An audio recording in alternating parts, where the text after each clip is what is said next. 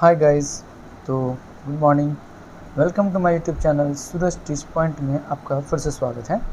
तो पिछले कई वीडियो में मैंने आपको दो चर वाले रैखिक समीकरण युग्म के 3-3, 4-4 विधियों के बारे में बताया और सबके ऊपर मैंने मैथ बता के आपको समझाया है।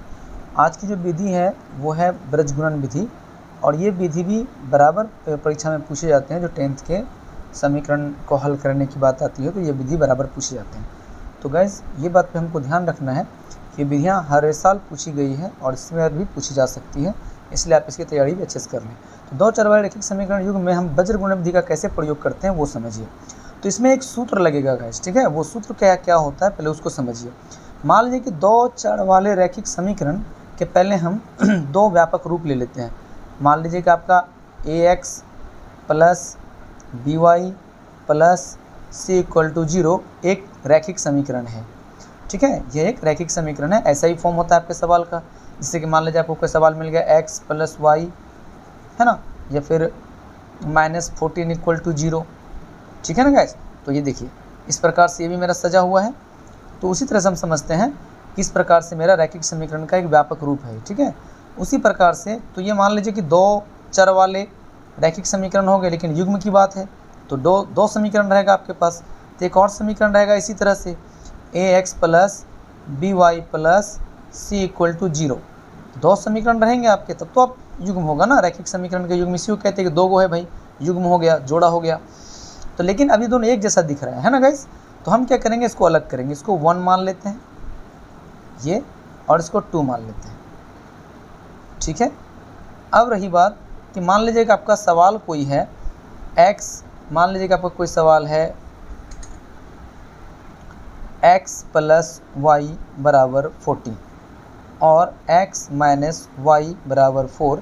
ये भारतीय भवन के 12 नंबर मैथ्स हैं जो मैं पिछले वीडियो में बनाता हुआ आ रहा हूँ। इसी को मैंने 2-3 वीडियो से सॉल्व करके आपको बताया है, ठीक है। तो आपको ये दो क्वेश्चन आपको मिल गए। मान लीजिए कि ये समीकरण है आपका, और इसी समीकरण को हमें वज्रगुणन विधि से बनाना है।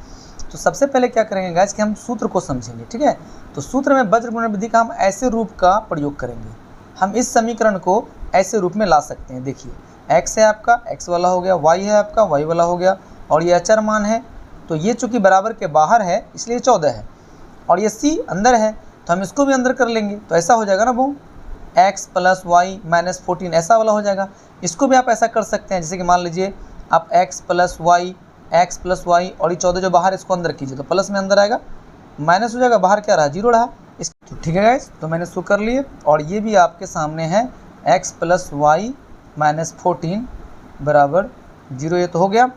और दूसरा क्या है कि आप इसको भी कर सकते हैं x माइनस वाई, और ये प्लस में अंदर आएगा, -4 हो गया बराबर 0। तो देखिए हमने इस दोनों समीकरण को इसके रूप में ले आए हैं, ठीक है।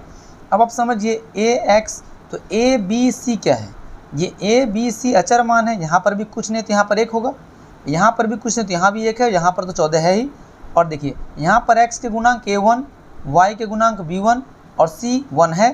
तो हमको भी यहाँ क्या करना है कि x के गुणांक कुछ भी नहीं है तो a1 के जगह पे क्या हो गया, 1 हो गया, और यहाँ पर y के गुणांक क्या हो गया, 1 हो गया, कुछ भी नहीं तो 1 डालेंगे। अब देखिए कैसे। तो सबसे पहले आप सूत्र को समझिए कि सूत्र हम कैसे बनाएंगे। आपको इसमें x का, y का और अचर मान अलग अलग निकालने होंगे। तो सवाल को इधर रखने देते हैं हम, उसको बाद में समझेंगे, पहले सूत्र को समझ लेते हैं ठीक है। तो पहले आप x का मान फॉर्मूला पे लाइए। जब आपको x निकालना हो तो ध्यान दीजिए कि यदि आपको x निकालना है तो x को ऐसे हाइड कर लीजिए।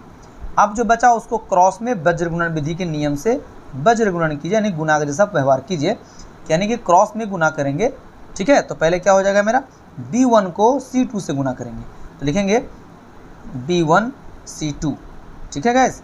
हम क्या कर रहे हैं, x को हाइड किए, b1 को c2 से मल्टीप्लाई करेंगे और b2 को c1 से मल्टीप्लाई करेंगे और बीच में माइनस देंगे। अब देखिए b2 c1, यहाँ लिखेंगे b2 c1, x का एक वैल्यू हो गया, है ना। अब इसको अलग करेंगे बराबर y का वैल्यू निकालेंगे। अब हम जब y निकालेंगे तो y को हाइड कर लेंगे। जब y को हाइड कीजिएगा तो ये क्रॉस में a1 c2 a2 c1 इसको मल्टीप्लाई करेंगे, है ना।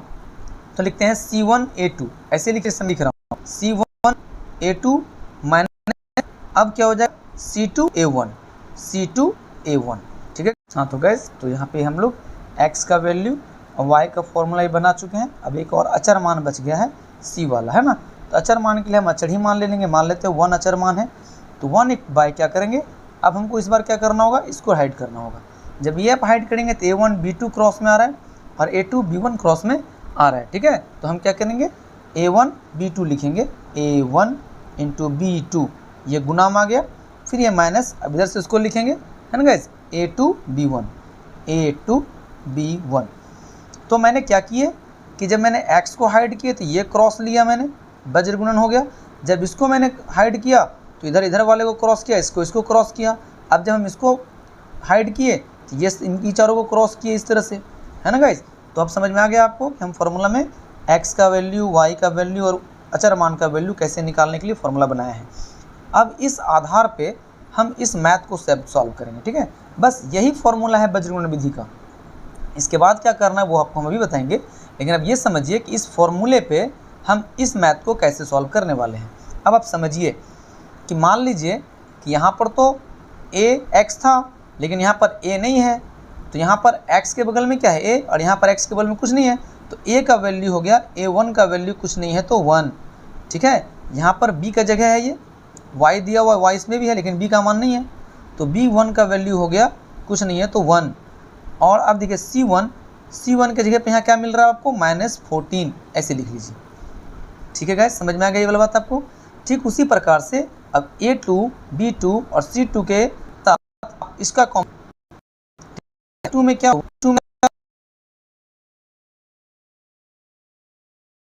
हाँ गाइस, तो मैंने भी कहा आपसे कि जिस तरह से मैंने पहले समीकरण का तुलना करके a b c के जगह पे यहाँ पे कुछ भी नहीं है, a के जगह पे कुछ नहीं है तो 1 हो गया, b की जगह पे भी कुछ भी नहीं है तो 1 हो गया, और यहाँ c की जगह पे तो खुद है वो हो गया। अब a2 में भी आपको वही काम करना है दूसरे वाले समीकरण के साथ भी, ठीक है। तो यहाँ पे देखिए x है, a2 की जगह पे यहाँ पे कुछ भी नहीं है, a2 का वैल्यू 1 दे दिए आप, और b2 के जगह पर भी यहाँ पे कुछ भी नहीं है, y है, लेकिन यहाँ माइनस है, यहाँ कुछ नहीं तो -1 हो गया, ये -1 b2 का मान हो गया। अब c2 का वैल्यू आप यहाँ से लिए क्या इतना है, -4 है, ये -4 आपने ले लिया। इस तरह से हमने दोनों का कंपेयर कराकर a b c और a2 b2 c2 का वैल्यू निकाल लिया है, ठीक है गाइज। अब आप समझिए कि इस फॉर्मूला में जिसका डिमांड है जिस तरह से, उसी प्रकार से हम यहाँ से सारा चीज़ इस पर बिठा देंगे। तो अब क्या बन रहा है मैथ मेरा, ये समझिए। अब आपका मैथ आ रहा है, चलिए स्टार्ट कीजिए। इसलिए x बाय पहले b1 c2, तो b1 क्या है, 1 है, 1 दे दिए गुने c2 बोल रहा है, तो c2 कितना है गाइस, -4, तो ये -4 हो गया। अभी हम क्या किए, b1 और c2 को यहाँ से ढूंढ के लिख दिए गुना में और बीच में माइनस देते हैं। अब क्या यहाँ पर b2 c1, तो b2 क्या है आपका, b2 -1 है, लीजिए -1 और गुने और क्या दिया हुआ है c1 का वैल्यू क्या है -14, ये 14 निकल जाएगा। है ये जो हम देते हैं दो चिन्ह आमने सामने नहीं होना चाहिए। तो गाइस यहाँ तक आप समझ गए कि किस तरह से हम b1 c2 b2 c1 का वैल्यू को हम यहाँ लिखे हैं, ठीक है।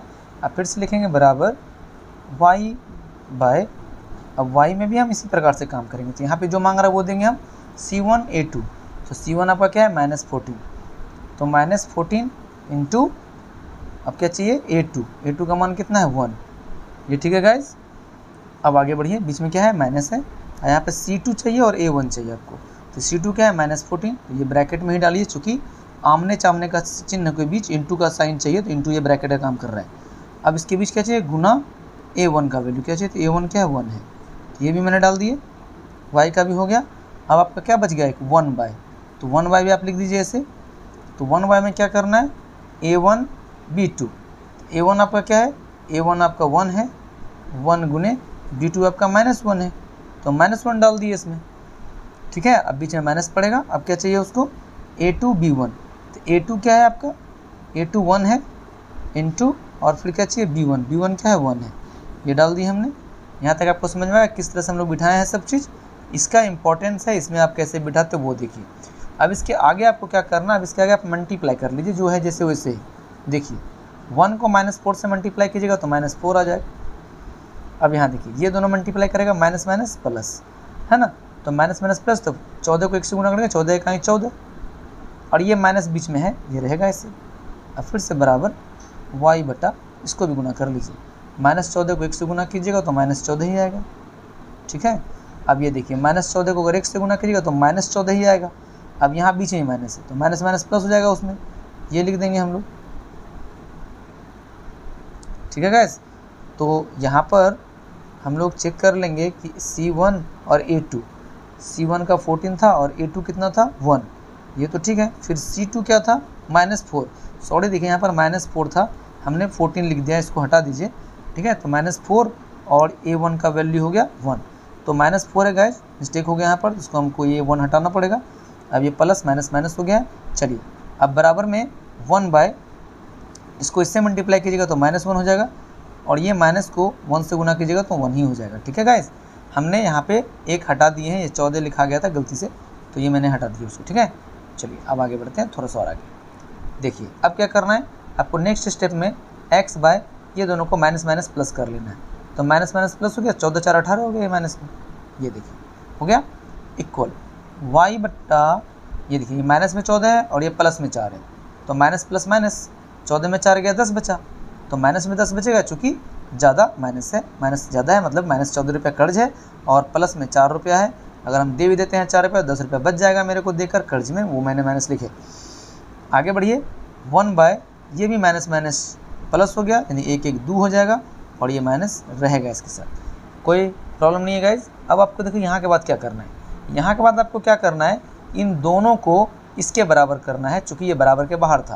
तो ये जो बराबर के बाहर था, आपको पता है समीकरण में आप क्या किए थे, देखिए आपका क्वेश्चन क्या रहता है, x + y = 14, है ना, x + y = 14 और x - y = 4। तो x और y के बराबर 14 का मान है और x - y के बराबर 4 का मान है ना। तो हम क्या करेंगे, चर के बराबर अचर का मान है, तो हम भी यहाँ पे क्या करेंगे, देखिए पहले तो ये चर का मान लिखिए आप, x बाय -18 और अचर वाले को इसके बराबर कीजिए ऐसे। देखिए हमने एक बार पहले इसके बराबर किए, अब क्या हो गया गाइस, ये माइनस माइनस तो कट गया, और क्या हो जाएगा, अगर हम पलट के गुणाम भी ले जाएंगे तो 2 से ये दोनों कट जाए कितने बार में, 9 बार में, तो x का मान क्या हो गया, ये 9 हो गया, ठीक है। अब यहाँ देखिए सेकेंड टाइम y बटा -10 के बराबर आप इसको कीजिए ऐसे, इसके साथ भी इसको कर लेंगे। अब क्या हो गया, ये भी माइनस माइनस खत्म हो गया, ये कितने बार में कटा गाइस, 5 बार में, तो ये 5 बार में हो गया, तो y का वैल्यू 5 हो गया। इस तरह से आपका ये समीकरण सॉल्व हो गया है। x का मान क्या आ गया, टोटल x = 9 और y = 5, ये हो गया हल समुच्चय, ठीक है गाइज। ये हल समुच्चय हो गया किस विधि द्वारा, वज्र गुणन विधि द्वारा, ये यहाँ पर क्लियर हो गया आपका मैथ, ठीक है। तो वज्र गुणन विधि थोड़ा सा फॉर्मूला को लेकर आपको परेशान कर सकता है, लेकिन गाइज हमेशा इस बात का ध्यान रखिएगा कि हमें फॉर्मूला, मैंने ये आपको बताए बनाने ये किस तरह से क्रॉस करते हैं, ठीक है। और ये सवाल आपका जो x + y = 14 और x - y = 4, इसको हमने पहले अपने समीकरण के व्यापक रूप में लाए हैं। देखिए ये क्या किया मैंने, x + y और ये प्लस में 14 था, ये अंदर चला आया तो माइनस से 14 हो गया। उसी प्रकार से ये x - y, ये भी प्लस में बाहर था, अंदर आया माइनस हो गया। अब ये दोनों समीकरण आपके इसके जैसे हो गए, रैखिक समीकरण तो है ही पहले से, इसके जैसे हो गए। अब मैंने क्या किया कि पहले इसका फॉर्मूला मैंने बनाया, देखिए क्रॉस में, है ना। हमने कहा कि x का मान निकालने के लिए इसका क्रॉसिंग कर लेंगे, y का मान निकालेंगे तो y को हाइड करके उन दोनों का क्रॉसिंग कर लेंगे, और अचर मान का निकालना तो अचर मान को हाइड करके इसका क्रॉसिंग कर लेंगे। और ठीक इसी प्रकार से फॉर्मूला पे देखिए, मेन फॉर्मूला आपका ये हो गया वज्र गुणन का। तो इस तरह से आप पूरा मैथ को सॉल्व करने के लिए सीख गए हैं। चलिए आज तो आप वज्र गुणन विधि को अच्छे से सीख गए होंगे, फिर भी आप इस वीडियो को बार बार देखिए। मैं इसी विधि से 2-3 मैथ्स और बना के इसमें डालूंगा, ताकि आपका जो कन्फ्यूजिंग होगा वो क्लियर हो जाएगा, ठीक है गाइस। तो आज का वीडियो कैसा रहा इसका कमेंट कीजिएगा ज़रूर, अच्छा लगा तो लाइक भी कर दीजिएगा, ठीक है। चलिए मिलते हैं नेक्स्ट वीडियो के साथ, तब तक के लिए बाय बाय।